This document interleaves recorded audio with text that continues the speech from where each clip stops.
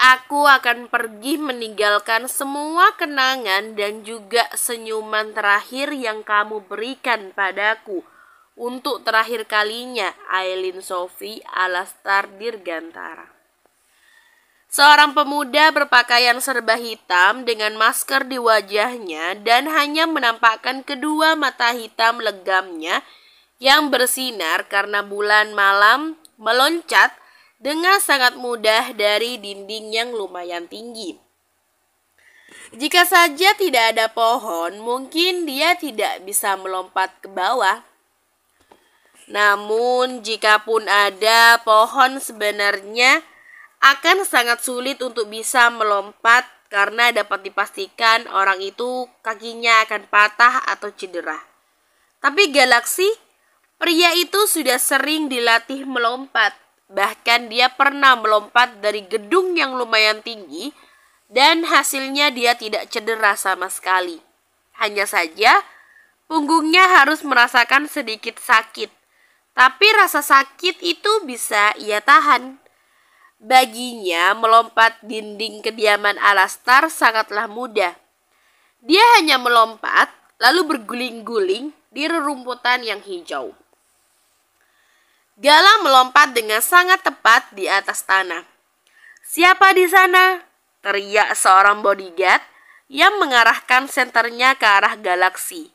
Untung saja Gala dengan gesit bersembunyi di balik pohon besar. Memang tidak mudah menyelinap masuk ke kediaman Alastar. Ada sekitar 20 penjaga yang terlihat tersebar di mansion besar ini. Dan Gala harus berhati-hati. Sepertinya saya salah dengar. Bodyguard itu pergi karena dilihat tidak ada orang sama sekali. Dirasa aman, Gala segera berjalan mengendap-endap sampai akhirnya dia menatap sekitar lalu segera melemparkan tali yang ujungnya ada jangkarnya. Ia dengan cepat naik ke lantai atas dengan terburu-buru. "Ada penyusup!" teriak seseorang dari bawah membuat Gala mengumpat dalam hati. Sial, kenapa bisa penjaga menyadari keberadaannya? Gala dengan cepat berlari menghindari cahaya terang yang mulai menyoroti tubuhnya. Untung saja ia sudah naik ke atas dan menarik talinya supaya para penjaga yang ada di bawah harus membutuhkan waktu agar bisa naik ke atas. "Laporkan pada Tuan Saka jika ada penyusup yang datang." Tatapan tajamnya menatap ke segala penjuru arah. Sampai akhirnya dia menemukan jendela yang terbuka lebar. Segera ia masuk ke sana dan tak lupa menutup jendelanya. Princess lagi dan lagi lupa menutup jendela. Gumamnya terkekeh kecil lalu segera mengunci kaca jendela. Para penjaga mana berani datang ke kamar ini, dan itu hal yang melegakan untuknya. Ini kedua kalinya jendela princessnya tidak ditutup. Princessku memang selalu ceroboh. Gala menatap sekitar. Kamar princess sangatlah gelap, tapi ada sedikit cahaya dari bulan yang menerangi wajah princess yang tidak memakai penutup apapun di wajahnya.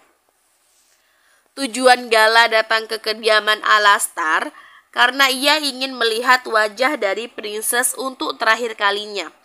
Ia janji, ini yang terakhir kalinya pertemuannya dengan cinta pertamanya ini. Dan cinta pertamanya berakhir dengan cara seperti ini. Gala pasrah, walaupun dia harus dihancurkan berkali-kali oleh kekecewaan dalam hatinya. Ia masih berharap pada Tuhan untuk memberikan skenario yang indah untuknya. Walaupun ia harus pergi dari kota ini, dari kehidupan yang selama ini menjadi jalan hidupnya. Gala sudah memantapkan dirinya. Ia harus pergi dari kehidupan Aileen dan juga keluarganya. Walaupun ia sempat nyaman berada di bagian keluarga ini. Pandangannya jatuh menatap seorang gadis yang tengah berbaring di atas ranjang dengan kedua mata yang terpejam. Sudut bibirnya terangkat. Begitu saja lalu mulai mendekati ranjang. Dia membuka masker yang sejak tadi menutupi wajah tampannya. Entah yang keberapa kalinya ia melihat wajah princess dengan lancang. Padahal princessnya ini sangat amat menjaga wajahnya dari pandangan orang lain. Ada alasan tersendiri Gala pergi ke kediaman Alastar. Apalagi kalau bukan menemui princess tengah malam. Ia janji, ini yang terakhir kalinya. Sungguh. Tadi pagi, ia sudah menemui Aileen di hotel tempat pernikahan Kalandra dan Fatimah dilangsungkan. Pastinya keluarga Alastar telah melihat berita mengenai dirinya yang ternyata anak dari Zack dan Shanum. Gala juga tahu Kalandra datang ke kediaman Alastar, padahal dia seharusnya berada di hotel. Ia tahu karena ada mobil milik Kalandra yang terparkir di dalam gerbang. Jam sudah menunjukkan pukul 2 pagi. Inilah waktu yang pas untuk ia datang ke kediaman Alastar karena keluarga princessnya itu pastinya sudah tidur, walaupun para penjaga tetap terjaga. Princess, kamu benar-benar sangat cantik. Maafkan aku karena sudah lancang melihat wajah cantikmu ini. Jari telunjuknya berniat menyentuh pipi Aileen tapi berhenti. Ia tidak boleh seenaknya menyentuh perempuan sesuci Aileen. Tapi ini pertemuan terakhirnya dengan princess. Akhirnya Gala mencium kening Aileen dengan lembut. Bertepatan dengan itu, bibir Aileen tersenyum begitu saja dari pencahayaan bulan dan membuat jantung Gala tidak bisa ia kendalikan. Kenapa Tuhan menciptakan Aileen bukan untuk laki-laki seperti dirinya? Kenapa? Jawabannya, karena dia dan Aileen beda. Setelah itu, dia meletakkan surat di atas nakas, tak lupa mengambil boneka penguin yang pernah ia berikan pada princess yang sekarang tengah dipeluk olehnya dalam hidupnya. Semuanya harus menghilang, baik kenangan tentangnya dalam ingatan princess, juga barang-barang yang pernah ia berikan padanya. Selamat tinggal, princess. Semoga kamu mendapatkan laki-laki yang terbaik yang bisa membuat kamu bahagia dan membuat orang tuamu bangga. Laki-laki sepertiku ini tidak akan bisa masuk ke dalam bagian kehidupanmu. Aku ingat perkataanmu jika kita ini beda. Dan aku tetap percaya jika Allah akan mempersatukan kita. Dan memang ucapanmu menjadi kenyataan. Kita tidak akan pernah bersama, princess. Dada Gala entah kenapa sesak. Rasa sakit ini begitu terasa melebihi rasa sakit saat ia selama 18 tahun ini hidup di dunia gelap menjadi ketua gangster. Kehilangan, ya. Rasa kehilangan ini sangatlah menyakitkan. Sungguh sangat menyakitkan. Sampai-sampai dadanya sesak. Entah yang keberapa kalinya Gala menangis hanya karena seorang perempuan. Ketika kamu jatuh cinta, maka kamu harus siap merasakan sakit hati. Itu kalimat yang Gala anggap sepele dan menjadi bumerang untuknya. Kamu tahu, princess, Om Saka membenci ayah iblis serta ibu iblis dari anak sepertiku. Aku keturunan mereka. Darah mereka mengalir di seluruh tubuhku. Dapat dipastikan ayahmu sangat-sangat membenciku, princess. Karena itulah aku tahu kita tidak akan pernah bisa bersama. Gala tidak boleh terlalu lama di kamar princess, karena pasti ayah atau kakaknya Aileen akan segera memeriksa kamar ini, karena para penjaga pastinya sudah melapor. Saat Gala akan pergi keluar, kakinya tidak sengaja menginjak sesuatu benda hingga menimbulkan bunyi. Siapa itu? Aileen tiba-tiba terbangun dari tidur nyenyaknya karena trompet yang Gala injak di atas lantai. Sial, Gala mengumpat dalam hati. Tubuhnya seakan kaku tidak bisa dia gerakkan saat suara merdu dari Aileen kembali terdengar indah di telinganya. Tunggu, apakah itu kamu, Gala? Pekik Aileen bangkit dari tidurnya dan buru-buru dia memakai cadarnya. Jantungnya berdegup kencang karena di malam hari ini laki-laki yang pernah menyelinap sekali ke kamarnya kembali masuk. Dia sangat tahu tubuh atletis dari Gala walaupun hanya cahaya dari bulan sebagai penerang. Dan benar saja, galaksilah yang ada di hadapannya karena laki-laki itu dengan pakaian serba hitam serta masker yang menutupi wajahnya itu membalikkan badannya. Maafkan aku karena sudah lancang menemui kamu, Princess. Aku hanya ingin melihat kamu untuk terakhir kalinya. Mata Gala memerah. Sudah jelas Aileen tahu dia habis menangis dan pelakunya pasti dirinya. Aku tidak mengetahui situasi ini. Beberapa jam yang lalu ayahku marah sampai untuk pertama kalinya aku melihat ayah dan bunda bertengkar. Untung aja ada Bang Al yang datang dan bisa menenangkan ayah. Sebenarnya ada hubungan apa ayahku dan kedua orang tuamu di masa lalu, Gala? Dan aku juga terkejut karena kamu ternyata anak dari Pak Zack. Orang itu musuh bisnis keluargaku dari dulu. Gala menatap perempuan berkerudung biru dengan cadar hitam di hadapannya. Dulunya, ibuku Aluna Zeravia Shanum pernah merusak rumah tangga ayahmu dan bundamu. Alasannya karena ibuku jatuh cinta dan ingin memiliki ayahmu. Dia sekarang gila dan berada di rumah sakit. Obsesinya pada ayahmu masih ada sampai sekarang. Satu hal yang pasti, ibuku serta ayahku pernah membuat Om Saka dan Tante Hera berpisah. Karena itulah Om Saka sangat membenci kedua orang tuaku. Kedua orang tuaku pantas dibenci. Bahkan aku adalah anak haram hasil hubungan pemuas nafsu di antara mereka. Walaupun masih belum mengerti, tetapi Aileen sedikit tahu permasalahan di antara kedua orang tua mereka. Terus kenapa kamu ingin pergi? Bunda bisa membujuk ayah, dia akan patuh pada semua perkataan bunda. Dan aku jamin semuanya akan kembali dengan normal. Kamu bisa belajar agama bersama ayahku, Gala. Gala menggeleng. Semuanya tidak akan sama. Dan kenapa kamu berkata seakan-akan aku tidak boleh pergi? Apakah kamu memiliki perasaan suka pada laki-laki iblis ini? Aileen terdiam membisu. Dia tidak bisa menjawab membuat Gala melangkah mendekatinya. Jawab, Princess. Apa kamu memiliki perasaan suka padaku? Aileen menggeleng. Aku tidak memiliki perasaan itu, tapi perasaan sebagai teman ada. Aku khawatir kamu terjerumus lagi pada dunia kegelapan, Gala. Seharusnya Gala tidak terlalu berharap. Dia tersenyum lalu mengangguk paham. Maafkan dia karena sempat berharap jika prinsesnya memiliki perasaan lebih padanya. Dan ternyata tidak. Gala sangat kecewa, jelas. Terima kasih sudah mengkhawatirkanku, Princess. Aku harap ingatanmu tentangku menghilang karena ini terakhir kalinya kita bertemu. Setidaknya untuk yang terakhir kalinya ia bisa melihat senyuman indah dari Princess. Gala membuka jendela lalu menatap sekitar sampai akhirnya dia melemparkan tali ke bawah.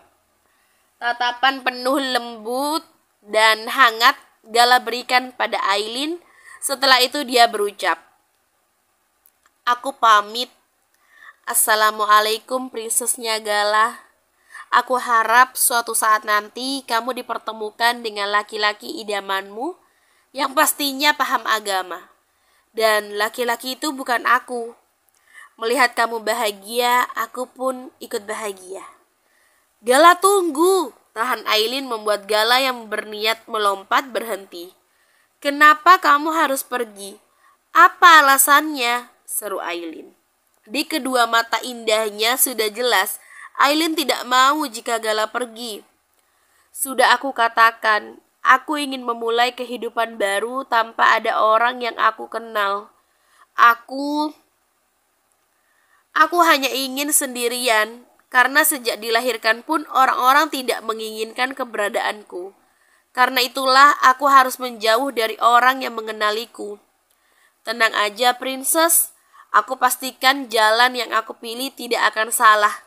Karena tanpa ada kamu di sisiku, kamu seperti menjadi bayanganku yang tidak bisa pergi dariku. Terima kasih karenamu aku bisa merasakan perasaan cinta ini. Dan aku akan mengucapkan terima kasih pada Tuhan karena sudah mempertemukan ketua gangster sepertiku dengan perempuan muslimah sepertimu. Dan karenamu juga aku menemukan Tuhanku, yaitu Allah. Tak apa jika aku tidak bisa bersama denganmu. Kamu sudah ditakdirkan dengan laki-laki yang lain, yang taat pada agama melebihi diriku, Princess. Gala memalingkan wajahnya dengan cepat karena tidak mau menunjukkan kesedihannya pada Aileen. Assalamualaikum perempuan muslimah yang pernah pria pendosa ini mimpikan bisa bersama denganmu. Jangan takut untuk berubah menuju hal yang lebih baik. Karena Allah sudah memberikanmu skenario yang indah yang akan kamu jalani di kehidupan baru ini. Ada daerah yang sangat terpencil di Indonesia, yaitu Desa Cempaka. Desa tersebut adalah desa di mana mayoritas penduduknya sangat menganut agama Islam dan budaya. Kulit mereka hitam karena sering bekerja di bawah paparan sinar matahari setiap harinya. Mereka suka mencari ikan di lautan, juga berburu hewan untuk makanan sehari-hari. Tidak perlu repot untuk minum, karena di tengah perumahan mereka terdapat sungai yang sangat jernih. Mereka suka minum ataupun mandi di sana. Jangan lupakan di Desa Cempaka ada juga air terjun yang lumayan panjang. Desa ini jarang ditemukan, karena itulah Galaksi memilih desa ini sebagai tempat barunya untuk memulai hidup yang baru. Satu hal yang membuat Gala pertama kali datang ke desa ini. Ia disambut dengan sangat ramah oleh datuk atau kakek atau bisa kita sebut pemimpin di desa ini. Namanya Datuk Ali. Tarian budaya Desa Cempaka mereka perlihatkan pada Gala, membuat bibirnya tertarik ke atas. Ia disambut dengan meriah. Kedatangannya padahal ia adalah orang asing bagi mereka. Nak Galaksi, ini pertama kalinya ada orang berkulit putih datang mengunjungi desa kita. Apalagi kamu berkata ingin tinggal selamanya di sini. Betapa senangnya saya dan juga warga di sini, ucap Datuk Ali menatap pemuda yang memakai sarung batik khas Desa Cempaka yang beberapa menit lalu ia pasangkan sendiri. Maaf sebelumnya, saya bukan orang asing, Dato. Saya juga asli dari Indonesia. Kebetulan ayah saya dan ibu saya saja yang keturunan orang Inggris. Jadi wajah saya kebarat-baratan. Tapi saya lahir dan dibesarkan masih di negara Indonesia. Dato Ali mengangguk paham. Dato, mohon maaf mengganggu obrolan kalian. Embun datang membawa teh dan kopi. Ucap seorang perempuan berkulit coklat namun wajahnya sangatlah manis. Dia perempuan tercantik di desa ini. Namanya Embun, cucu dari Dato Ali. Warna kulitnya pun berbeda dari warna orang-orang di desa ini. Karena ayah Embun bukan asli desa ini. Sedangkan ibunya asli desa sini. Terima kasih cucuku. Embun tersenyum sopan lalu dia berniat kembali ke rumah yang terbuat dari kayu namun diurungkan saat kakeknya menyuruhnya untuk duduk di dekatnya. Nah, ini Nak Gala, cucu saya, namanya Embun. Datuk memperkenalkan cucu perempuan satu-satunya yang sangat ia sayangi. Salam kenal, saya Embun tuan. Salam. Embun menunduk sopan. Ah, jangan panggil saya tuan, panggil saya Galaksi. Itu nama saya. Balas Gala dengan wajah datarnya menatap Embun sekilas. Embun tersenyum lebar sambil menunduk. Nak Gala, kamu bisa tinggal selamanya di desa saya. Saya memiliki rumah yang kosong di sini dan kamu tinggal pilih saja. Tapi lebih baik kamu tinggal di pondok dekat rumah saya agar sewaktu-waktu terjadi apa-apa saya akan cepat datang. Terima kasih Datuk. Sama-sama. Embun, tolong bawa Nak Gala ke pondok. Dia pastinya kelelahan karena perjalanan jauh. Sebentar lagi azan maghrib akan berkumandang. Segeralah mengambil wudhu, setelah itu kita sholat berjamaah di masjid.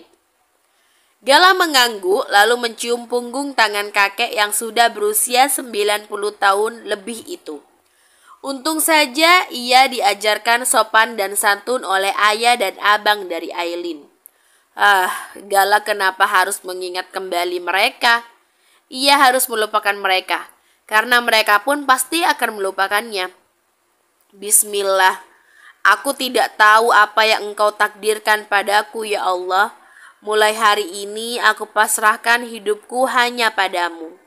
Embun membawa tas hitam milik Gala, lalu mengantarkannya ke pondok kecil yang tidak pernah dihuni, namun tetap bersih karena setiap hari dia selalu membersihkannya.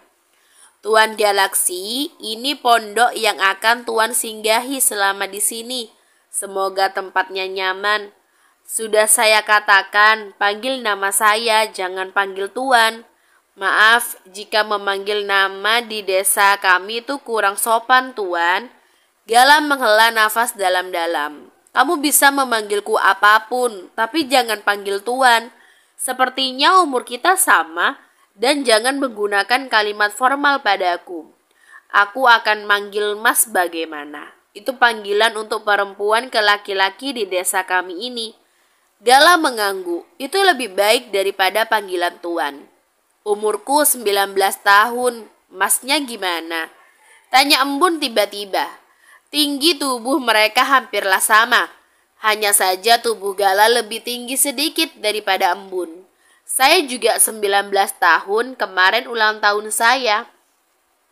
Kedua mata bulat dan bulu lentiknya melebar. Ekspresi wajahnya itu sangat lucu saat mendengar perkataan dari Gala. Sebenarnya Gala tidak tahu tanggal ulang tahunnya, tapi Ibu Panti yang pernah mengasuhnya mengatakan jika ia lahir bertepatan saat ia dibuang ke tempat sampah. Di desa kami, jika ada yang bertambah umur, maka akan dirayakan tumpengan dan doa untuk diberikan panjang umur dan sehat selalu. Tumpengan? Iya, semacam buat nasi kuning untuk merayakan bertambahnya usia, Mas. Walaupun tidak mengerti, Gala tetap mengangguk dan masuk ke rumah ataupun pondok yang terbuat dari kayu yang sangat kokoh. Saat di dalam hanya ada ranjang yang terbuat dari kayu, juga lemari kecil, hanya itu saja yang ada. Tempat ini sangat beda jauh dengan tempat tinggalnya dulu, namun tempat ini jauh lebih nyaman. Setelah Embun pamitan karena dia memiliki urusan, Gala mulai merebahkan tubuhnya di kasur yang terbuat dari kayu dan hanya beralaskan tikar saja. Keras, itulah yang Gala dapat rasakan setelah tubuhnya bersentuhan dengan kasur tersebut. Bagaimana bisa gue betah di desa ini? Orang-orang di sini sangat ramah, berbanding terbalik dengan kota. Suara azan berkumandang membuat Gala yang baru saja akan terpejam seketika terbuka. Tidak terasa maghrib akhirnya datang. Dengan cepat Gala berjalan ke kamar mandi. Kamar mandinya juga terbuat dari kayu dengan ember yang lumayan besar sebagai penampung air dari keran. Sungguh, kehidupan yang Gala jalani sekarang baru pertama kali ia dapatkan. Setidaknya desa ini sangatlah tenang, tidak ada keributan. Dan yang paling utama, Gala memilih desa ini karena warga di tempat ini sangatlah menganut agama Islam. Ia bisa belajar di sini.